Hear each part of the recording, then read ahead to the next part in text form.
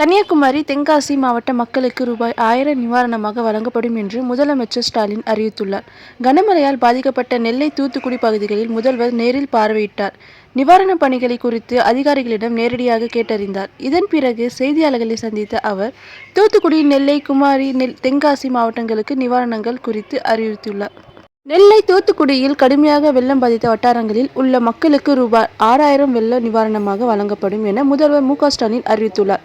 கடும் பாதிப்பு உள்ள இடங்களில் ஒவ்வொரு குடும்ப அட்டைதாரர்களுக்கும் தலா ரூபாய் 6000 நிவாரணமாக வழங்கப்படும் என்று, லேசான பாதிப்புள்ள வட்டாரங்களில் உள்ளவர்களுக்கு ரூபாய் 1000 நிவாரணம் வழங்கப்படும் எனவும் அறிவித்துள்ளார். பொன்முடியின் சொத்துக்களை முடக்க கோரிய வழக்கில் இன்னும் சற்று நேரத்தில் உயர்நீதிமன்றம் தீர்ப்பு வழங்குகிறது. 2006 2011 ஆண்டு வரை அமைச்சராக இருந்த போது வருமானத்துக்கு அதிகமாக சொத்து சேர்த்ததாக லஞ்ச ஒழிப்புத்துறை தொடர்ந்து வழக்கில் நீதிபதி ஜெயச்சந்திரனிடம் தீர்ப்பு வழங்கிய உள்ளனர். ஏற்கனவே பொன்முடி மற்றும் அவரது மனைவிக்கு 3 ஆண்டுகள் சிறை தண்டனை விதிக்கப்பட்டுள்ளது குறிப்பிடத்தக்கது. பொன்முடியின் சொத்துக்களை முடக்க வேண்டிய அவசியமில்லை என ஹைகோர்ட் சற்று முன் தீர்ப்பளித்துள்ளது. சொத்து குவிப்பு வழக்கில் பொன்முடியின் சொத்துக்களை சிறப்பு நீதிமன்றம் விடுவித்தது.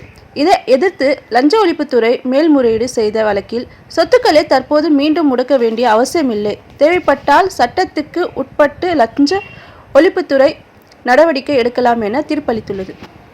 சொத்து குவிப்பு வழக்கில் 3 ஆண்டுகள் சிறை தண்டனை விதிக்கப்பட்ட நிலையில் முன்னாள் அமைச்சர் பொன்முடி சி.எம். ஸ்டாலினை அவரது இல்லத்தில் சந்தித்துள்ளார். இந்த சந்திப்பில் வழக்கில் சட்ட ரீதியாக அடுத்த மேற்கொள்ள வேண்டிய நடவடிக்கைகளை குறித்தும் மேல்முறையீடு செய்வது குறித்தும் பேசியதாக தெரிகிறது. மேலும் சட்ட ரீதியாகவும் அரசியல் ரீதியாகவும் உங்களுடன் துணை நிற்போம் என முதல்வர் அவரிடம் கூறியதாக தெரிகிறது.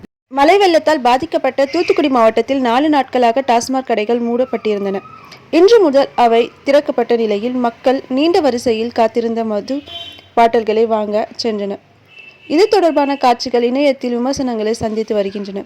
மக்கள் மதுபானத்துக்கு அடிமையாகி வருவதை இந்த காட்சி காட்டுவதாக விமர்சனங்கள் எழுந்துள்ளது.